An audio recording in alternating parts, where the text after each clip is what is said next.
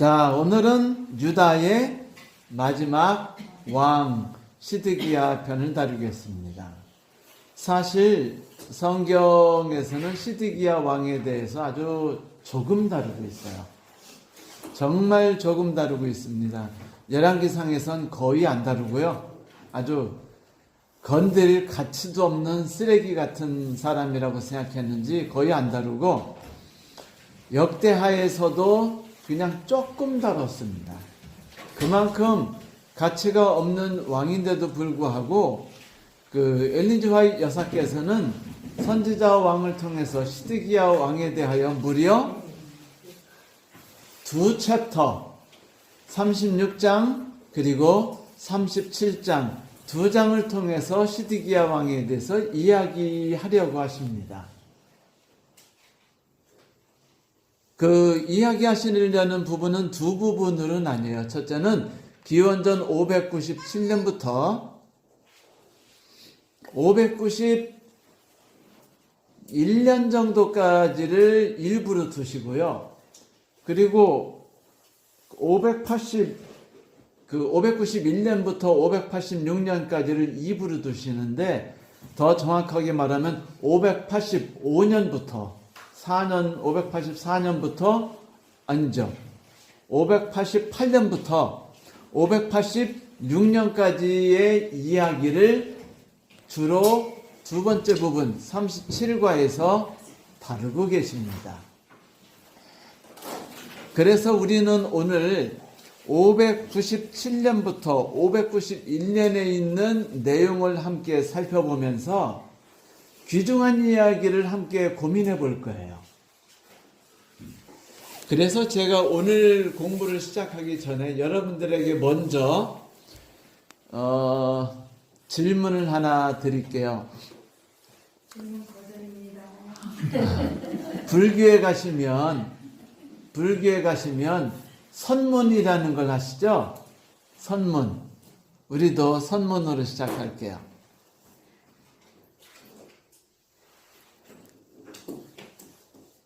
왜 하나님께서는 이집트를 그렇게 싫어하시고 바벨론으로 백성들이 가기를 간절히 원하셨을까? 연계해서 왜 이스라엘 백성들은 그렇게 이집트를 선호하고 바벨론을 싫어했을까? 흥미있는 질문이죠? 그러나 이 질문은 실은 이스라엘 역사 수백 년을 두고 끊임없이 있던 중요한 질문이에요. 아브라함부터 시작해서 시드기야 왕으로 인해서 완전히 괴멸될 때까지, 이스라엘이 영원히 사라질 때까지 이집트는 영원히 하나님에게 있어서는 절대로 가까이 할 수 없는 원수입니다. 반면에 하나님은 이스라엘 사람들을 훈계하거나 풀무불로 사용하기 위해서 누구를 사용하죠? 바벨론이나 아시리아를 사용하십니다. 페르시아도 사용하시죠. 왜 하나님은 이집트를 미워하시고 바벨론을 사랑하셨을까? 반면에 왜 이스라엘 사람, 특히 이스라엘 귀족들, 제사장들, 그리고 귀족들, 왕족들은 왜 이집트를 좋아하고 바벨론이나 아시리아를 그렇게도 싫어했을까? 지금 답하지 마세요. 네. 이따가 우리가 충분히 이 부분에 대해 고민하면서 제가 드리고 싶은 어쩌면 가장 중요한 이야기를, 성경을 꿰뚫고 있는 창세기부터 계시록까지 해서 가장 중심적인 이야기를 할 겁니다. 실제로 요한계시록에서조차도 이집트에 대해서는 동일한 관점으로 보고 있어요. 그만큼 성경에서 바라보고 있는 이집트는 나의 신앙적 삶에서 무엇을 상징할까도 연계되겠죠? 자, 그러면 이제 공부를 시작하겠습니다.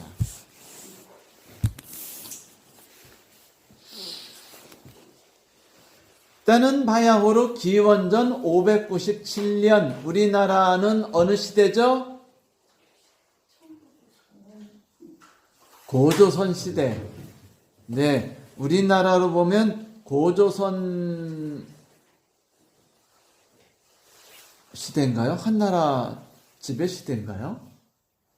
우리가 한나라에 이제 정복당한 게 BC 108년. 아, 그러면 고조선 시대군요. 네. 감사합니다, 장로님. 우리는 앞으로도 장로님 덕을 자주 볼 거예요. 정확하게 연대를 알고 계셔요. 하지만 장로님, 이스라엘 연대는 지가 조금 날 겁니다.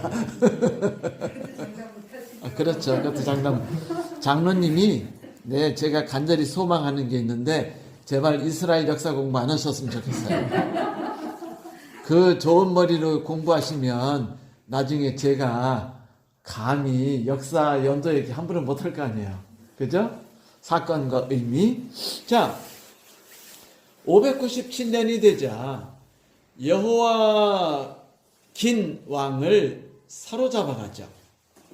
그때 여호야긴 왕은 친 이집트 정책을 펴고 있었어요.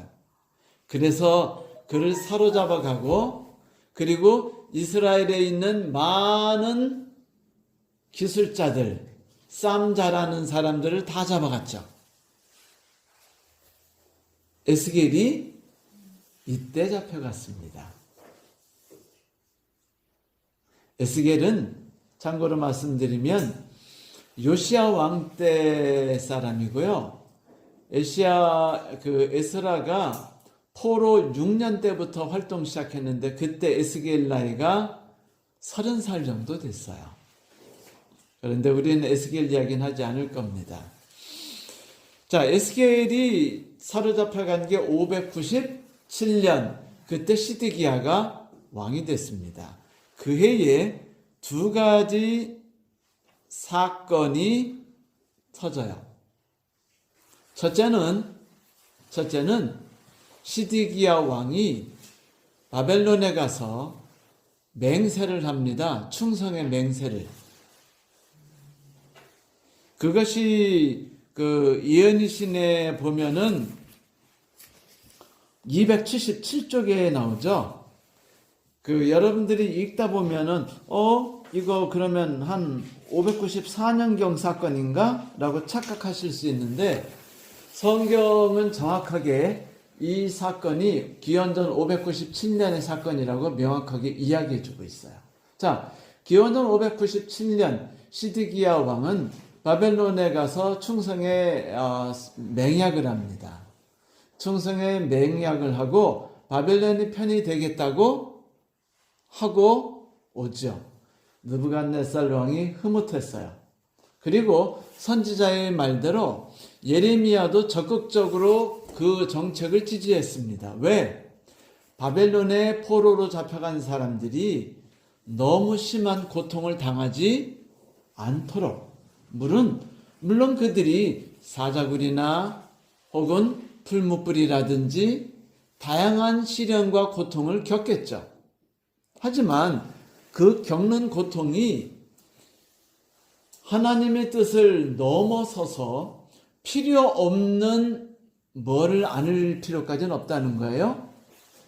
필요 없는 고통을 자초할 필요까지는 없다는 것이 그 예레미야의 생각이었어요. 맹약을 하고 돌아옵니다. 돌아와서 이제 취임식을 거행할 때 시드기야는요, 딴 생각이 이미 있었어요. 그게 뭐냐면 반베빌론 정책입니다. 그 이유가 있어요. 여러분, 시드기야가 어디 왕 같습니까? 네? 그냥 선조 생각하면 돼요. 조선 역사상 가장, 제 생각에 그냥 개인적으로 가장 쓰레기 같은 왕 그러면 선조 아니겠어요? 솔직히 말해서. 근데 제 생각이 틀릴 수 있으니까 그냥 개인적으로 전 선조를 싫어할 뿐입니다. 그런데 선조는 유약하고, 그리고 남 탓 잘하고, 그리고 세력에 쉽게 흔들렸죠. 그런데 시드기야가 그래요. 시드기야는요, 뚜렷한 자기의 신조가 뚜렷하지 않았고요. 언제나 흔들렸어요. 누구에 의해 흔들렸냐면, 네? 귀족들, 제사장들, 왕족들에 의해서 흔들렸습니다. 그런데 재밌게도 제가 말씀드린 귀족들, 왕족들, 제사장들은 다 누구 편이죠? 이집트 편이에요. 친 이집트파입니다. 친 바빌론파는 거의 없었어요. 자, 왜 없을까? 간단해요. 여러분들 신앙의 삶에서 적개심이 빡 든다. 그러면 되게 그게 어떨 때 적개심이 들죠? 우리들 첫째, 동성연애 적개심 들어야 안 들어요? 천주교 적개심 들어야 안 들어요? 네? 맞아요. 이런 부분을 딱 들으면 머리 끝까지 열이 치밀어 오르면서 쟤네들은 우리를 사단의 그 구렁텅 위로 끌고 들어가는 악마라고 생각돼 가지고요, 본능적으로 거부합니다. 그쵸? 바빌론이에요. 본능적으로 싫어합니다, 우리가. 그러나 싫어하면서도 어떻게 해요? 그냥 쓰러져 지기도 하고 그러죠. 그런데 우리가 본능적으로 증오하지 않고 싫어하지 않는 더 무서운 게 있어요. 그게 뭐죠? 여러분, 돈에 대한 욕심에 대해서 분노감이 치밀어 오르던가요? 네, 감사합니다. 네? 돈에 대한 이야기하고 막 그러면 막 분노감이 치밀면서 내가 이런 생각하면 안 돼, 손발을 차릴 거야, 뭐 이런 생각 드셔요? 강길사님? 아니죠. 저도 아니에요.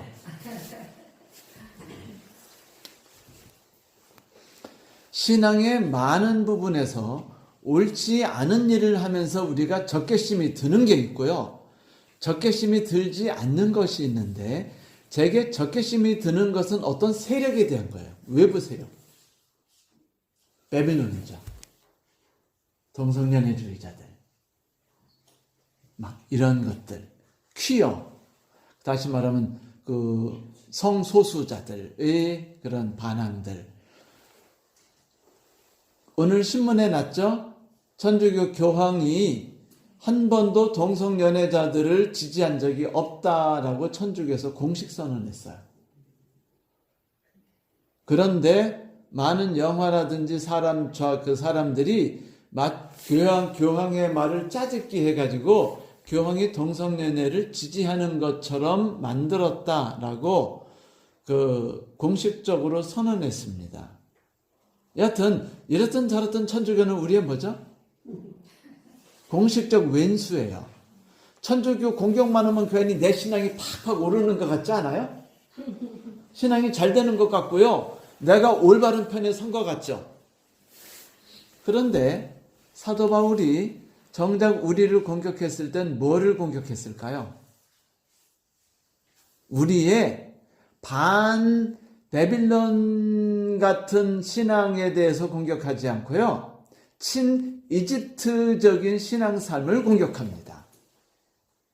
성경에선 처음부터 끝까지 친 이집트적인 신앙을 공격하지 반 바빌론도 공격하지만 바빌론에 대해서는 순응할 것에 대해서 이야기해요. 참 신기하죠? 너무 바빌론 욕하지 말라는 겁니다. 왜? 바빌론이가 바빌론보다 다 가라고 그랬잖아요. 그렇죠. 이용하진 않나. 맞아요. 바벨론은요, 풀무불 같아요. 그래서 이 신앙인들의 신앙을 어떻게 더 불무불 가운데서 더 강하게 만들고 하나님을 더 바라보게 만들어줘요. 사망의 음침한 골짜기에서는 뭐를 발견하죠? 제가 말씀드렸죠, 자주. 의의 길을 발견한다고.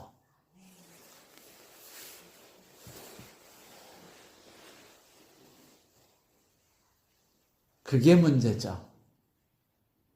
그리고 여러분, 예레미야가 위로의 따뜻한 편지, 희망의 편지를 보낸 것은 이집트에 보냈습니까? 아니면 예루살렘에 보냈나요? 아니면 바빌론에 있는 이스라엘 사람한테 보냈나요? 바빌론에 있는 이스라엘 사람들. 이거 한번 생각해 보세요. 제가 군대에 있을 때 발령이 났어요. 화천으로 발령이 났어요. 그러면 군대에서 절 화천에다가 발령을 딱 내면 얼마나 깊은 데 들어가는 줄 아세요, 여러분? 슬픕니다. 6월에도 눈이 안 녹아요. 그리고 민간인 냄새에 못 맡아요. 왜냐면 민간이 있는 데까지 가려면은요, 걸어서 2시간 반을 걸어가야 돼요. 뭐, 여기, 어디, 철원? 철원은요, 아무것도 아니에요. 화천에 비하면. 거기 훨씬 더 깊이 들어가요. 민간인 냄새 맡으려면, 제발, 그, 친척이든 애인이든 누구든지 면회 한번 와줘야 돼요. 그러면 2시간 반을 걸어가가지고, 이제, 냄새를 맡을 수 있습니다. 그런데, 제가 화천으로 발령 갔을 때, 제게 애인이 편지를 보내오실까나? 물론 전 그때 애인이 없었어요, 슬프게. 부모님이 편지를 보내기를 원한다면 제 편지는 어디로 갈까요? 춘천으로 갈까요? 화천으로 갈까요? 아니면 논산으로 갈까요? 네? 춘천으로 가지 않고 논산도 안 가고 화천으로 가요. 왜? 제가 화천으로 발령받았으니까. 제가 가 있을 곳에 하나님의 모든 것도 같이 가요. 다시 말하면 제 식량에 대한 모든 권리, 제 건빵, 제게 오는 사탕, 제 총규류, 제 의류, 전투 식량, 전투와 다 어디로 갈까요? 화천으로 갑니다. 그게 절대로요, 춘천에 가지 않고 논산에 가지 않아요. 제가 나는 춘천에 머무를 거야 라고 말한다 할지라도 그것들은 저쪽으로 이미 서류상으로 다 처리됩니다. 그거 제가 잘 알아요. 왜냐고요? 저 일정기였거든요, 군대에서. 떵떵거리는 일정기. 자, 그래서 위로의 편지는 바벨론에 있는 사람들에게만 보내졌습니다. 바벨론의 사신을 치드기야 왕이 보냈고, 사신을 보낼 때, 다시 말하면 이제 충성에 이렇게 하는 그런 글을 보내기 위해서 보냈을 때, 그들 틈에 예레미야가 부탁해가지고 그걸 보냈어요. 그건 뭐냐면, 귀족 중에 상당수가 예레미야를 신학적 갈등을 하면서도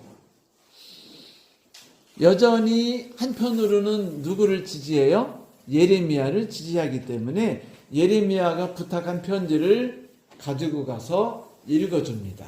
그때 편지를 들을 수 있는 사람들이 에스겔 같은 사람이겠죠. 에스겔은 귀족 출신이거든요. 왜 귀족이라고 말할까요? 아버지가 제사장입니다.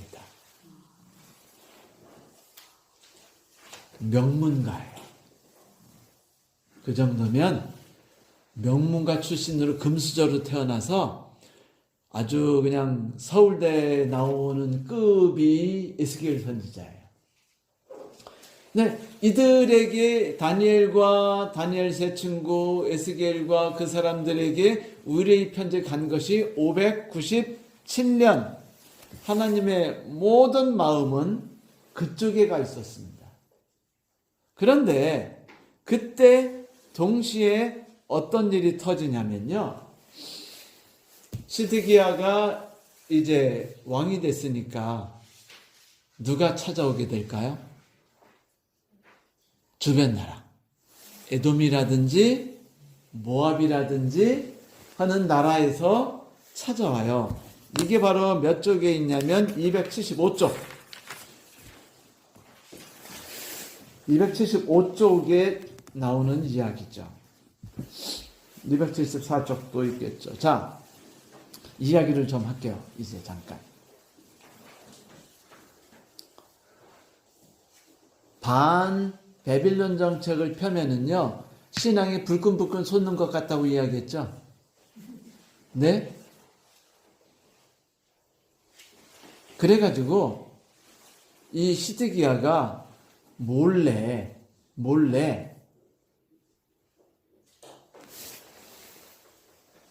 사신들이 왔을 때 회의를 하려고 그래요. 그래서 그들이 하는 일이 성사될 수 있도록 일을 하고 이집트가 우리를 돕고 있다. 그러니까 함께 나가자. 근데 왜 이스라엘이 주동 세력일까요? 이스라엘이 제일 큰 나라거든요. 그 주변에서. 다 모였어요. 모이자 예레미야가 그걸 눈치채고요. 경고 소환을 보내요. 시드기야 왕에게 보내고 그리고 그 사신들에게 보냅니다. 그래가지고 그 사신들에게 강력하게 이야기하는 게 그 선지자왕 275쪽에 나오죠. 한번 읽어볼까요? 또 사신들은 한번 어느 분 읽어주시겠어요? 275쪽.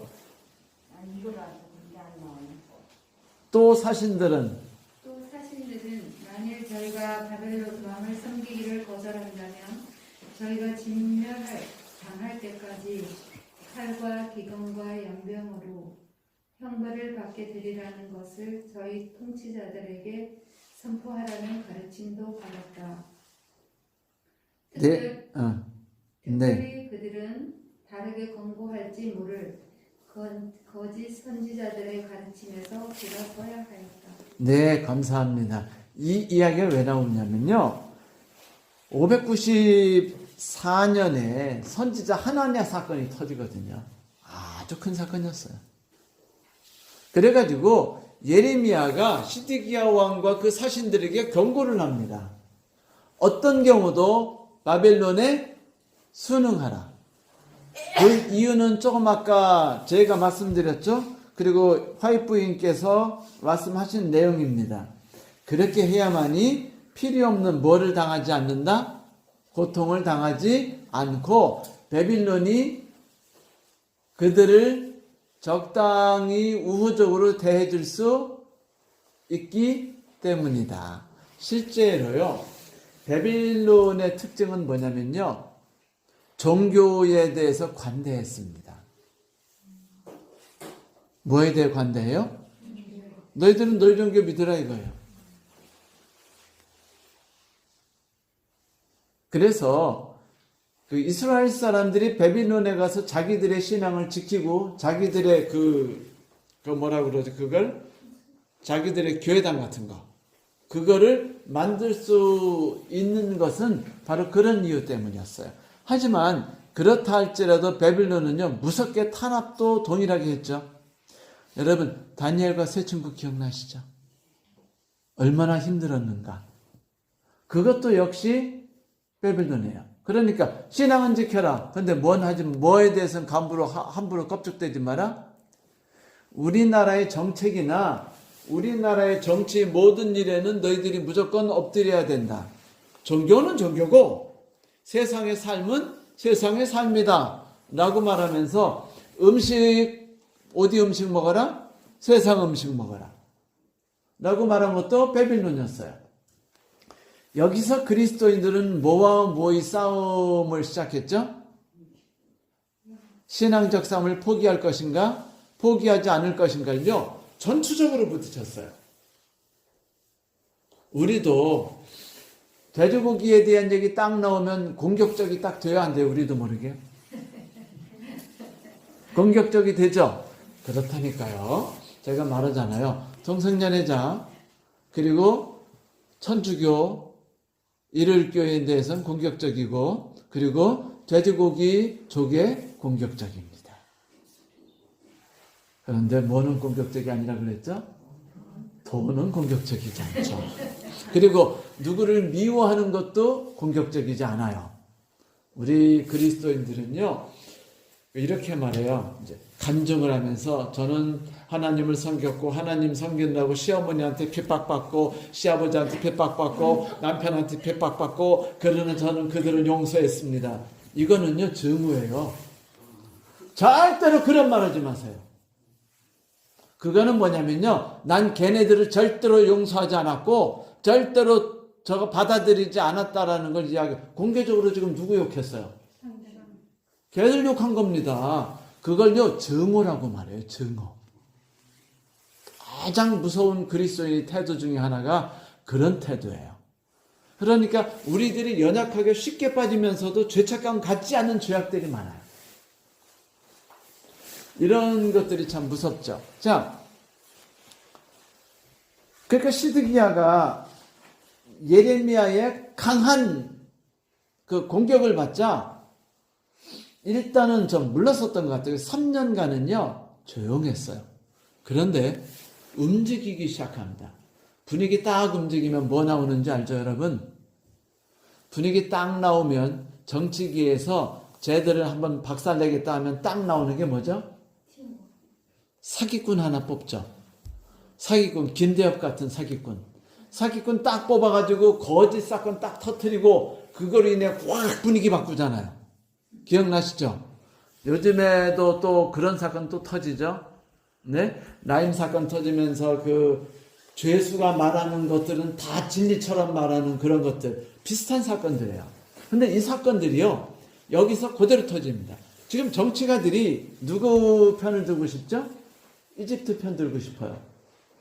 그리고 지도자들, 제사장들도 다 누구 편으로 지금 마음이 돌아서요? 이집트로 돌아서요. 그런데 이집트로 돌아서는 데 있어서 절대적인 방해물이 누굽니까? 자기들의 비리를 캐낼 수 있는 가장 무서운 존재는 무조건 어떻게 해서라도 조져가지고 쓰러뜨려야죠. 네? 우리 요즘 그거 많이 보잖아요. 근데 동일하게 예레미야를 무너뜨리기 위해서 그들이 세운 게 뭐냐면 선지자 하나냐입니다. 기원전 594년 5월 하나냐가 귀족들과 백성들, 제사장들과 백성들 앞에서 딱 서요.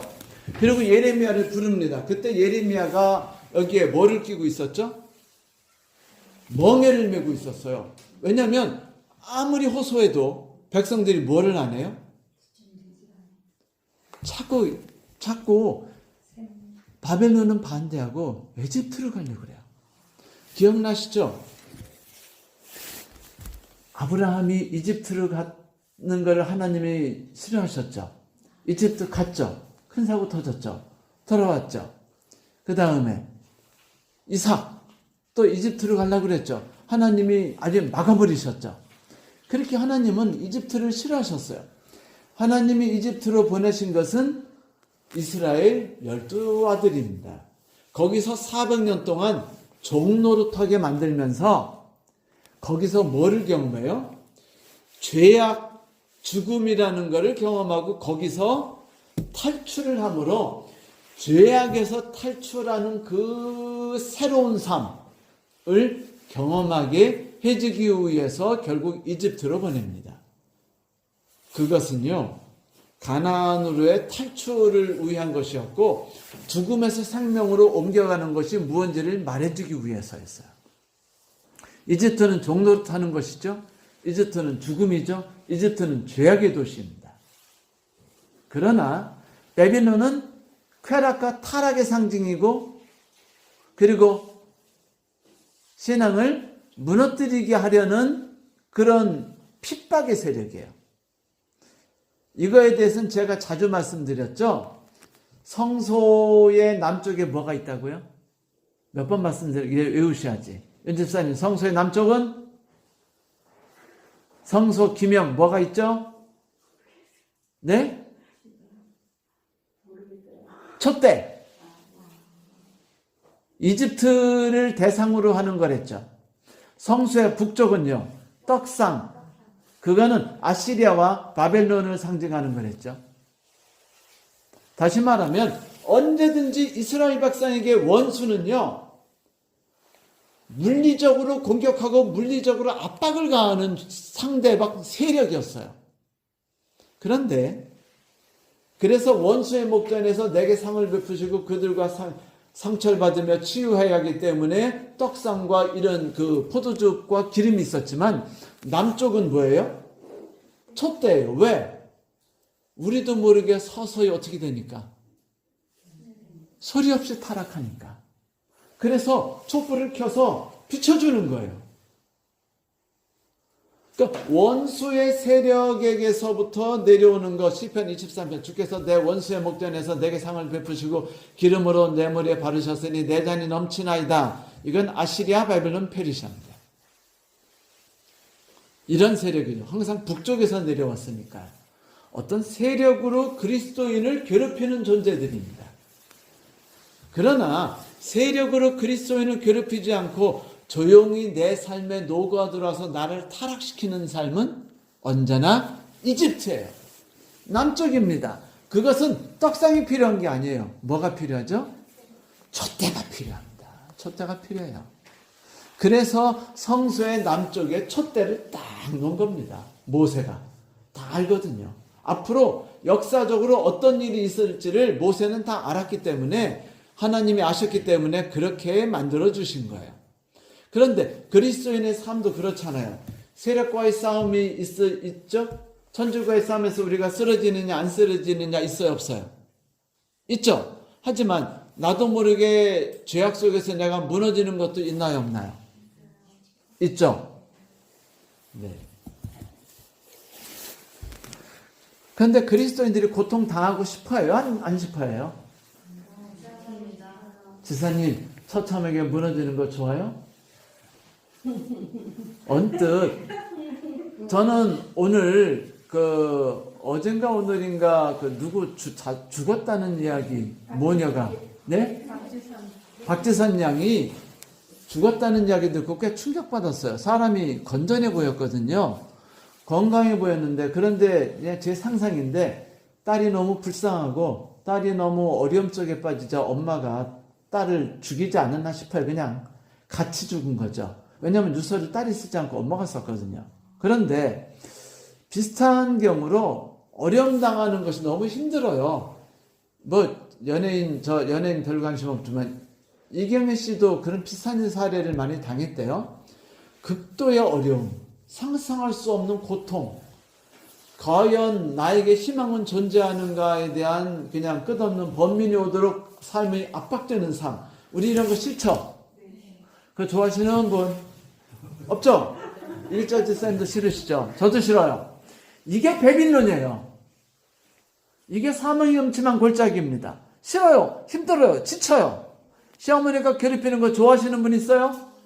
싫어요. 시동생이 자꾸 찾아와서 자꾸 뭘 뺏어가면 좋아요? 싫어요? 싫어요. 엄마하고 윤지사님 엄마하고 남동생이 자꾸 내 재산 뺏어가면 좋아요? 나빠요? 싫어요. 예, 우린 싫습니다. 그런데 하나님은요, 신기하게 우리를 거기로 밀어넣어요. 하나님은 우리를 바빌론 가운데 밀어넣습니다.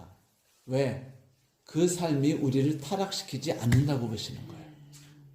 오히려 그 삶 속에서 우리가 진정한 신앙인의 가치 있는 삶을 경험할 수 있고 하나님을 더 가까이 만날 수 있으며 위로와 희망을 겪을 수 있는 거예요. 자, 가장 어두움 속에서 뭐가 있어요? 희망이 가까우는 거이기 때문입니다. 그러잖아요. 장미꽃은 가장 추울 때 딴다. 그래야 장미향이 가장 많이 담겨있기 때문에 그것으로 해야만이 향수를 만들거나 향유를 만들 때 가장 좋다. 라는 말이 있듯이. 그러니까 하나님은 우리를 자꾸 바빌론에 집어넣기를 원하십니다.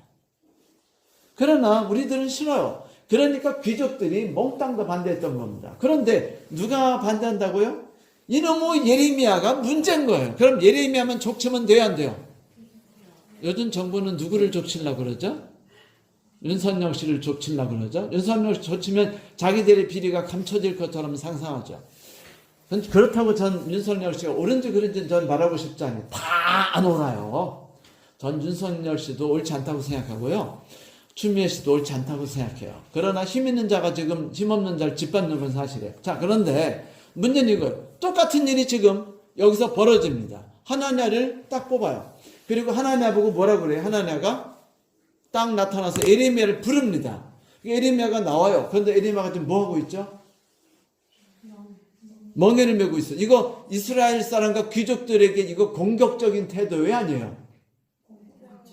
하도 말 안 들으니까 예레미야가 이제요 멍에를 메고 다녀요. 벌써 4년도 안 됐는데, 시드기야가 왕이 된 지 4년이 안 됐는데 멍에 메고, 이거 쉬워요, 힘들어요? 힘들어요.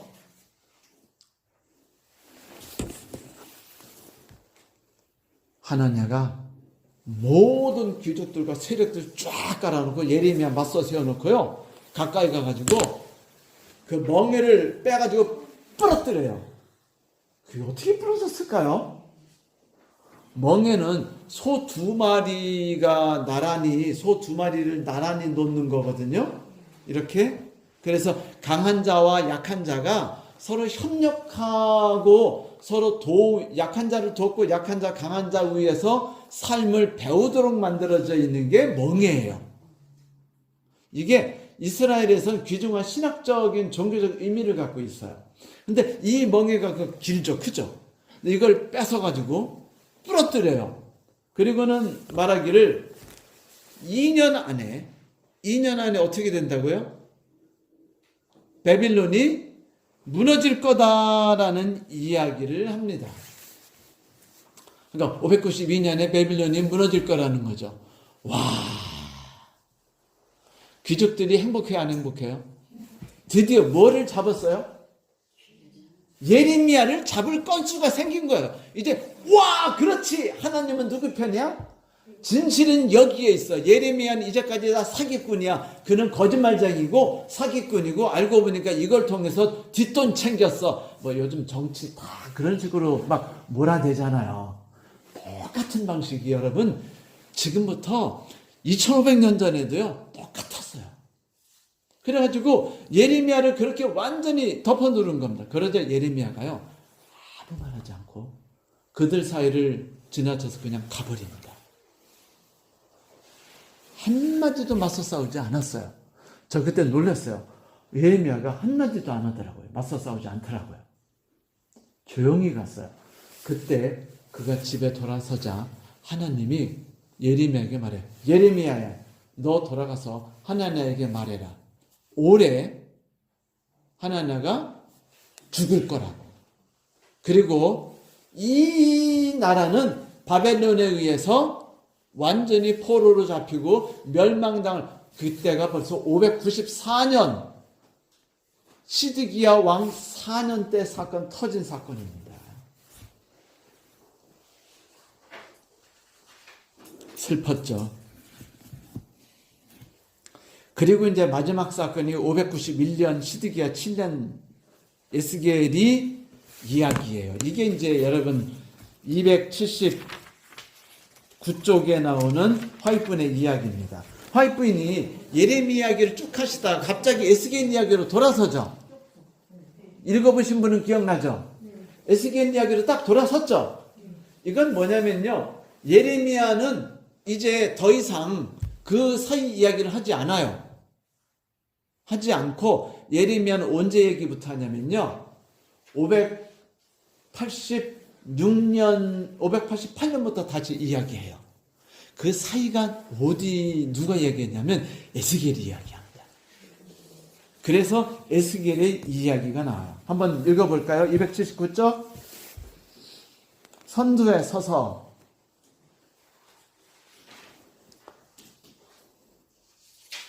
선두에 서서 아니 당신은 아까 읽었는데 또 읽어. 페이지 수를 나는 어떻게 돼? 네? 아니 그거 말고. 페이지 수 279쪽. 아니 거기가 안 안 나와요, 나와서. 일단은. 아, 이 책. 네, 그 책이 아니에요. 그 책은 몰라요. 안 나온다니까. 아니 거기에 뭐 442페이지 이런 거 없어요? 없어요. 279쪽이라는 게 있어요. 그거 옛날에 자, 책 피신 분. 다 핸드폰이세요? 이 책 갖고 계신 분 손 들어보세요, 지금. 이제 김정희 집사님, 선두에 서서. 선두에서 그 나라를 신속히 멸망으로 이끌어가고 있는 사람들 중에 그들의 조용하세요. 기회가 있었다. 유다 왕은 선지자들을 통하여 주신 여호와의 공로를 완전히 저버리고 그가 느부갓네살에게 진 은혜의 빛을 잊어버린 채 이스라엘의 하나님 여호와의 이름으로 행한 그의 엄숙한 충성의 맹세도 깨뜨리고 선지자들과 그의 언인 느부갓네살과 하나님께 대하여 반역하였다. 자신의 지혜에 자만하여 그는 옛날 이스라엘의 번영의 원수였던 자에게 도움을 청하러 사자를 애굽에 보내어 말과 군대를 구하였다. 네, 감사합니다. 이때가 이제 한 7년 지났어요. 7년. 시드기야 7년 때 사건입니다. 에스겔이 정확히 이야기해요. 시드기야 7년. 그런데 시드기야 7년 때 벌써 이게요, 구체적으로 드러나기 시작했어요. 그래가지고, 그러니까 하나님의 사건 터진 지 3년 뒤죠. 그렇죠? 3년 뒤에 구체적으로 터져가지고요, 에스겔이 여기에 대해서 통탄해하며 지금 예언을 합니다. 그래가지고,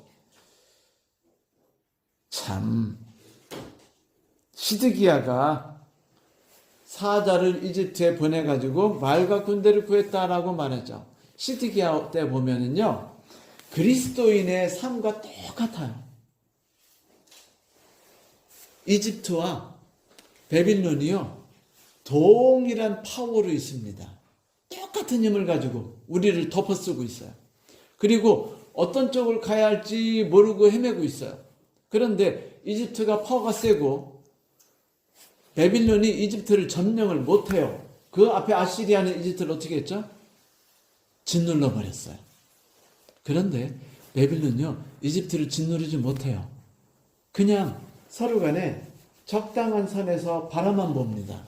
그러니까 이스라엘 사람들이 딱 생각하기에, 와, 이거 이집트 쪽에 도움만 받으면은 어떻게 되겠다? 네? 좀 베빌론에서 우리가 해방되겠다라는 생각합니다. 그런데 여러분 웃기지 않아요? 여호와 아하스 왕이 어디로 사로잡혀 가서 죽었죠? 이집트로 잡혀가서 죽었어요. 친바벨론 정책 펴다가, 아버지 요시아 따라서 친바벨론 정책 펴다가 3개월 만에 잡혀가서 죽어요. 악한 왕이었죠. 그런 거 다 까먹고 자기 큰형이 죽었거든요.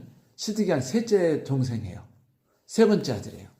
근데 큰형이 지금 잡혀가서 죽었는지 살았는지 모르는 데다가 지금 도와달라고 지금 이야기를 하고요. 시도 때도 없이 가서 지금 도움을 요청하고 있으니까 지금 예레미야는 예레미야대로 황당하고, 에스겔은 답답한 겁니다. 지금 자기들이 다 어디 잡혀와 있어요? 베벨론에 잡혀와 있어요. 거기에서 느부갓네살은 그들의 종교도 인정하고 그들의 삶을 살도록 허락하였어요. 그랬는데 느부갓네살 왕이 그렇게 하고 있을 때 시드기야 왕이 자꾸 이집트에 왔다 갔다 하면 그거 느부갓네살이 알까요? 모를까요?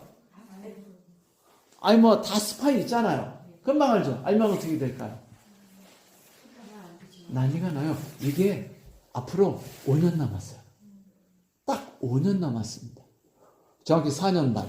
4년 반밖에 안 남았어요. 좀 있으면 예레미야가 이제 다음 주에 여기에 대해서 이제 슬프게 이야기하는데, 이건 정말 우리가 다뤄야 될 중요한 이야기입니다. 그러니까 에스겔이 답답한 겁니다. 왜 그리스도인들은요, 대항하지 말라는 상대에는 대항하고 대항하려는 상대한테는 안 대항하나요? 똑똑치 못해서 그렇습니다. 여러분, 열이 나네? 우리도 그렇잖아요. 우리가 어떤 세력에 대해다가 분노하고 그렇게 해서 얻어지는 게 없어요. 우리가 시어머니에 대해서 붕괴하고 적개하며, 그 다음에 베빌론에 대해서, 그 다음에 천주교에 대해서, 그리고 우리가 일요일교회에 대해서, 그리고 제주교회에 대해서 분개한다고 해서, 물론 그들에 대해서 선을 그어야 돼요. 분명히 선을 그어야 되지만, 하나님께서 그들 세력 아래서 살려면요, 그들 세력 아래서 살아야 돼요, 안 살아야 돼요? 살아야 돼요. 그러면 에스겔이, 다니엘이 바벨론에 살면서 바벨론의 정책을 반대한다 소리 질렀나요? 안 했죠. 조용히 채소를 먹었어요. 그래서 이겼어요. 선으로 악을 이겼죠. 그리고 기도하지 말라니까 기도했어요. 그래 다니엘 사자굴에서 들어갔지만 나왔습니다.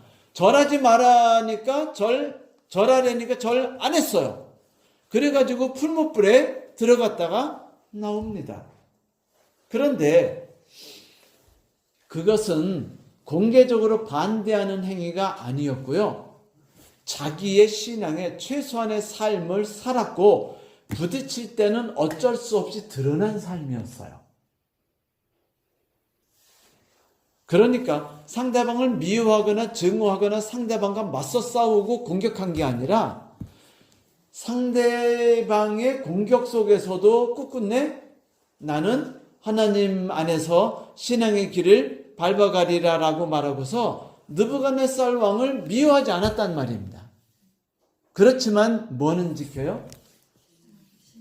네, 그 안에서 꿋꿋하게 지나갈 때 하나님이 나와 함께 하시는 걸 경험할 수 있었다는 거예요. 그러면 여러분, 모든 그리스도인들이 하나님을 경험할 수 있는 곳은 이집트가 아니에요. 바빌론입니다. 거기서만 하나님을 경험할 수 있어요. 거기서만 악과 싸워서 이겨서 승리하는 걸 경험할 수 있습니다. 신앙이 뭔지를 보여줄 수도 있어요. 위대한 일이죠. 그런데 그거 할 때는 안 하고 거기에 대해서 분개하고 미워하고 맞서 싸우고 그 다음에 정작 미워해야 될 이집트의 죄악은 어떻게 해요? 가까이 가가지고 원군을 요청하고 도와달라고 그랬으니 하지 말라는 건 하고 하려는 건 하지 마는 게 이런 걸 우리는 뭐라고 그러죠? 청개구리.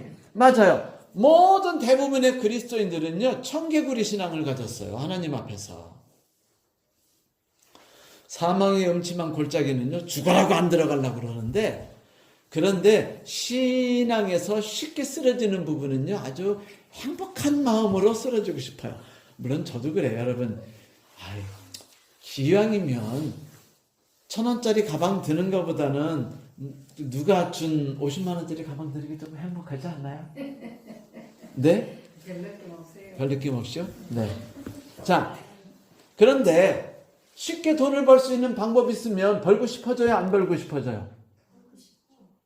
싶어지잖아요.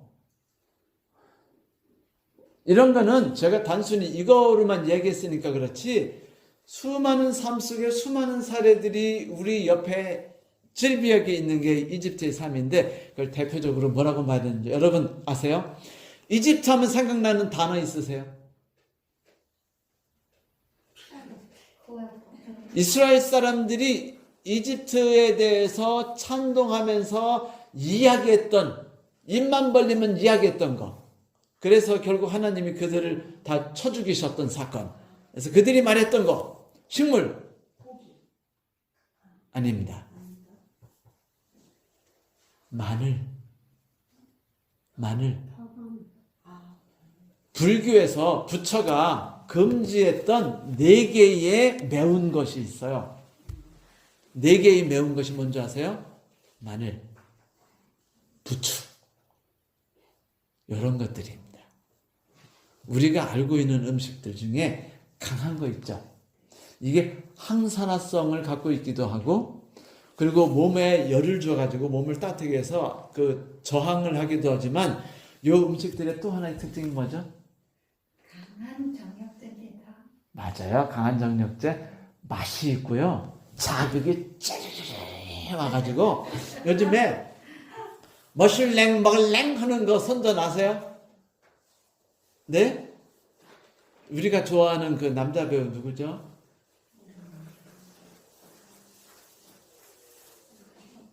잘생긴 남자인데 머슐랭 먹을랭 하면서 닭고기 같은 거 아삭 먹으면서 막 맵다고 하는 몰라 씨. 여러분들은 텔레비를 안 보시고 저만 봅니다. 자, 이종석 씨인가? 뭐, 이정석 씨인가? 조정석이 아, 조정석. 죄송해요. 자, 거기서 하는 게 자극성 있는 매운 거죠. 한국 사람들 자극성 있는 매운 거 좋아해요, 안 좋아해요?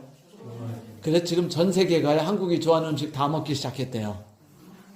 그런데 이스라엘 사람들이 그 이집트를 사모할 때 이야기했던 단어가 뭐라고요? 마늘, 부추. 뭐예요? 자극적이고 짜리짜리하고 뭔가 득을 줄 수 있는 것 같고 이런 것들이었는데 죄같이 느껴지지 않는 것들. 그러나 나도 모르게 조금씩 어디로 빠지게 할 수 있는 것들, 죄악으로 빠지게 할 수 있는 것들이었어요. 그래서 하나님이요, 그때 특별히 모두 다 죽여버리시죠. 그때가 마늘 부추 사건이었습니다. 에스겔이 경고했어요. 왜 이집트로 가까이 가려는가? 그러나 정서적으로 적대적이지 않은 걸 어떡합니까?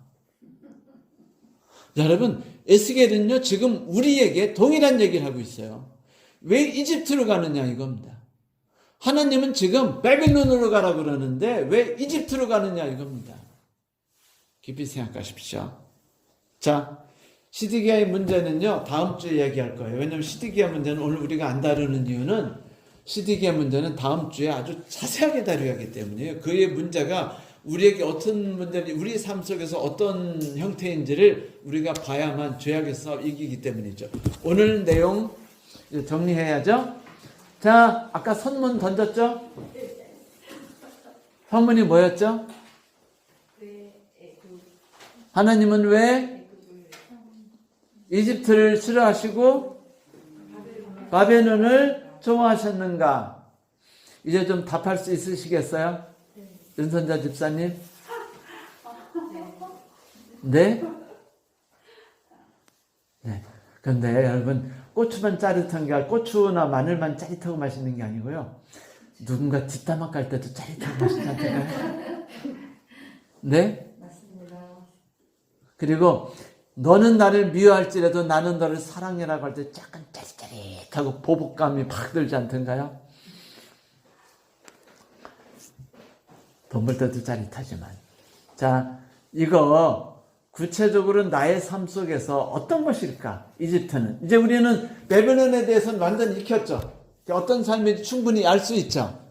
그러면 이집트는 나의 삶 속에서 어떤 것인가는 서로 달라요. 왜 제가 명확히 말 못하냐면요. 어떤 분들은 이쪽에 강하고 이쪽에 약해요. 어떤 분들은요. 반대로 저쪽에 강한데 이쪽에 약합니다. 그래가지고 그것은 그 사람에 따라서 이집트의 경험들이 다르기 때문입니다. 하지만 잊지 마십시오. 죄책감을 크게 주지 않은 채 우리를 죄악으로 이끄는 것은 다 뭐다? 이집트다. 그거는 우리가 가장 경계해야 되며 가장 무서워해야 되는 거다. 그래서 성소에는 그곳에다 뭐를 갖다 놨다? 촛대를 갖다 놨다. 또 거기에 뭐도 있죠? 성령도 그쪽에 있어요. 남쪽에. 그만큼 심각하다는 거겠죠? 자, 오늘 모든 내용을 이제 정리하고 마치도록 하겠습니다. 마음속에 깊이 두십시오. 딴 건 잊어먹더라도 하나만 기억하세요. 그 목사님이 아주 그냥 막 자극적인 말 팍팍 하면서 목사 같지 않게 막 팍팍 말을 세게 하실 때 바벨론과 이집트에 대해서는 아주 확실하게 말씀하시더라. 이것이 나의 신앙적 싸움과 연관이 있대더라. 그것이 나에게서 뭘까? 나는 오늘 하루 정말로 바벨론에 대해서는 어떻게 행동하고 있으며 이집트에 대해서는 어떻게 행동하고 있을까 한번 생각해 주십시오.